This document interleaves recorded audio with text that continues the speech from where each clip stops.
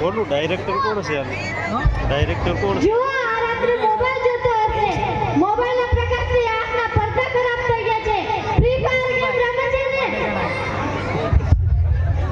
હા સાહેબ, હવે નહીં રમું. મને સારો કરી દો. જો અત્યારે તારી દવા કરું છું. હવે જો મોબાઈલ જોયો તો કાનનો આંધળો થઈ જઈશ.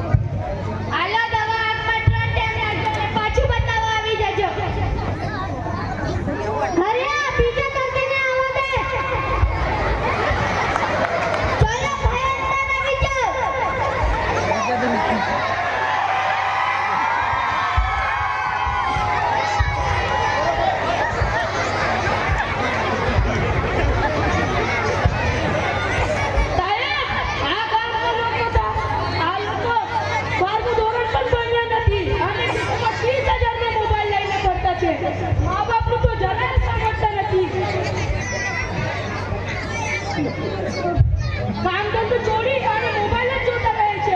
ગામના હનુમાન મંદિર પર બધા મોબાઈલ વાળા જ છે.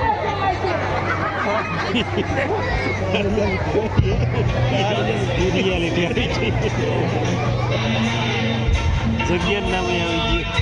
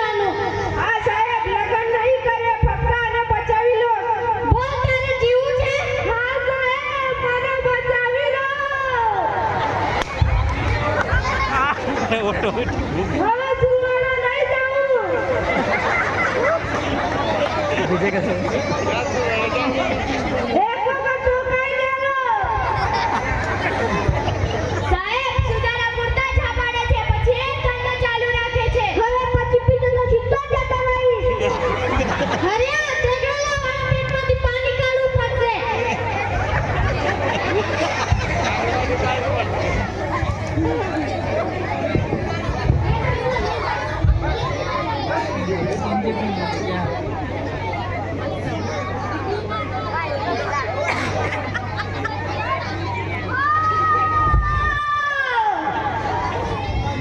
જુઓ કેટલું ખરાબ પાણી નીકળે છે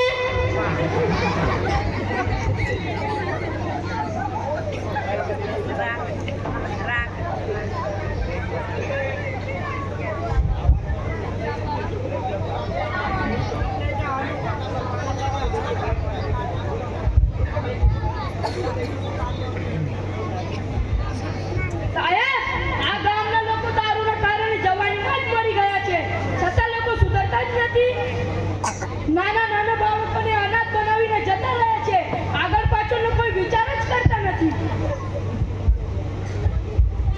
જો તારી આ છેલ્લી તક છે હવે જો પીધી તો સીધી ટિકિટ ફાટી જશે તમે પણ સીધા રહેજો નહીં તો મરવા માટે તૈયાર રહેજો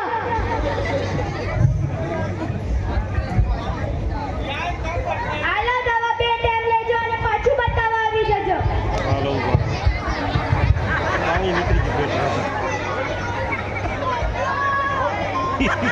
સાહેબ ગામમાં ઘણા નમૂના તૈયારીમાં જ છે તેમ તો બુકિંગ જ થઈ ગઈ છે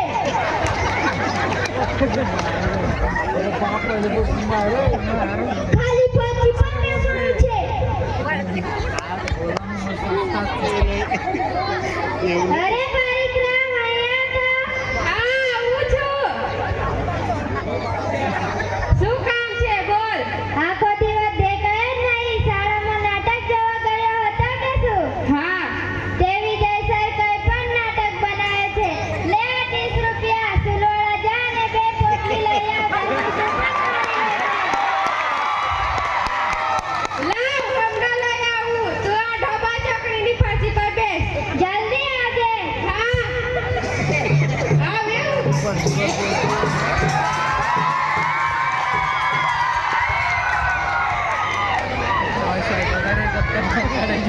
પેલા સાહેબ તમારી યાદ આવે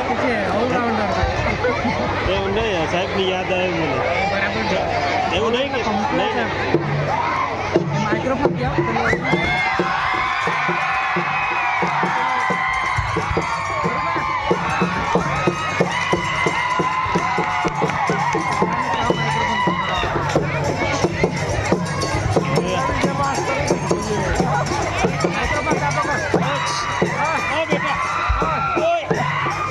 માઇક્રોફોન તો પકડ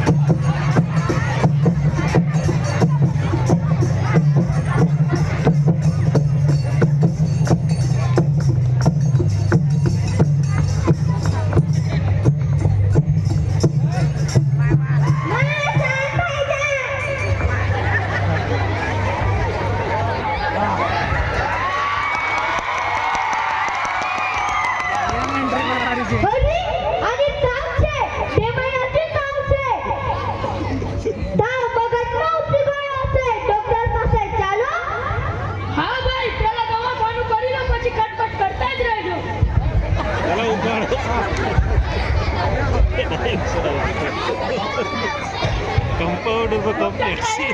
આ ભાઈને જુઓ તો જરા. ઠીક છે હું જોઈ લઉં.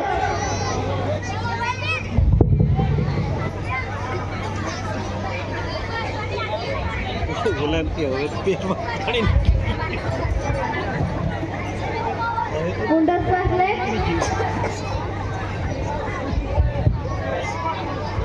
એવી પણ હવે મને ગીતર પેટમાં પાણી નીકળી ગયો હવે કાઢો. અરે આને તો બાટલા ચડાવવા પડશે. હમણાં જ ચાલુ કરી દઉં. સીમાબેન લાવો બાટલો. મરી જાય. મને ખબર છે તો હવે પાણી ખેંચી રહ્યું. મરી ગયા છે.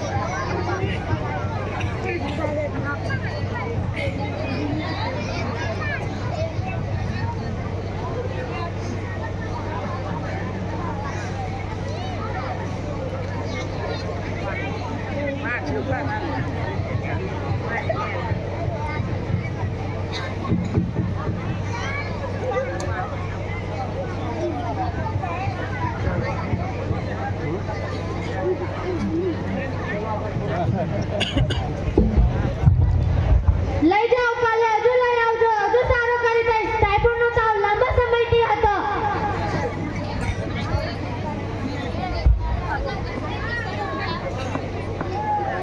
કમ્પાઉન્ડર કે જરીક ખમોદ કરે હવે હા બધું. આ ડોક્ટર સાહેબ મને સારું લાગે છે. કોરોના બા પાસે નહીં જાઓ. તમારે પાસે જ આવી. તમે બી ડોક્ટર સાહેબ પાસે જ જજો. બરાબર છે. હરિયા આગળના પેશન્ટને બોલાવ. ચાલો ભાઈ અંદર આવી જાઓ.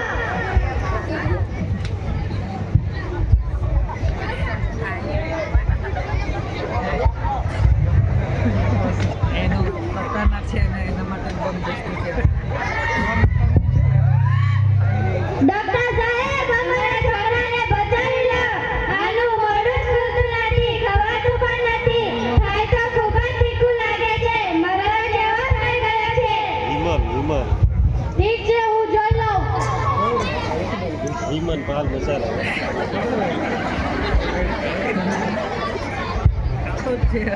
કેસરી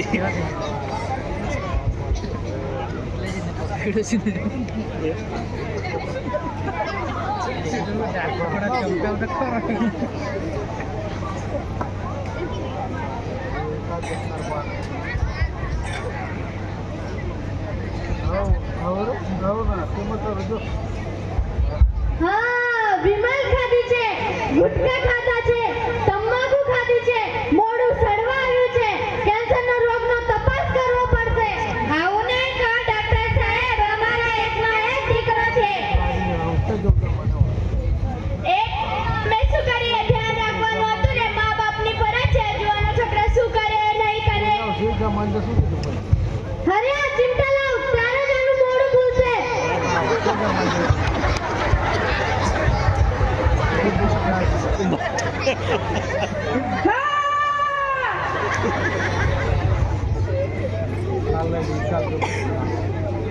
સાહેબે પણ બધું ફીટ દેખાડ્યું મસ્ત. આ દવા 2 ટાઈમ લેજો અને પાછું બતાવવા આવી જજો. ડોક્ટર સાહેબ, આ ગામના છોકરાઓ ડોક્ટર સાહેબ, આ ગામના છોકરાઓ વિમલ, ગુટકા, તમાકુ ખાય છે. કેન્સરથી પણ ડરતા નથી. બેકાબેકી કરે છે. ખરાબ છોકરા સારા છોકરાઓને બગાડી રહ્યા છે. સાહેબ, અહીંયા તો માણસો નહીં, બાઈઓ પણ વ્યસન કરે છે. કોઈ તપકીર લગાવે છે, કોઈ કાજી ઘસે છે, કોઈ તો વિમલ પણ તોડીને ખાય છે.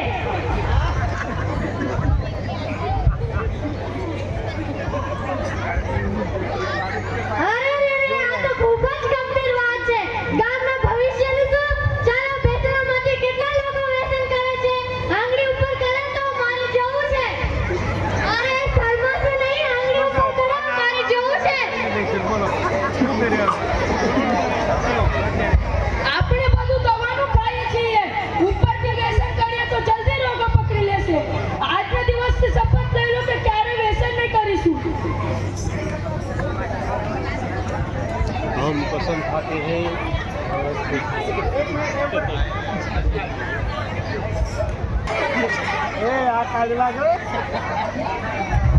ઈ નો નીકળે જી.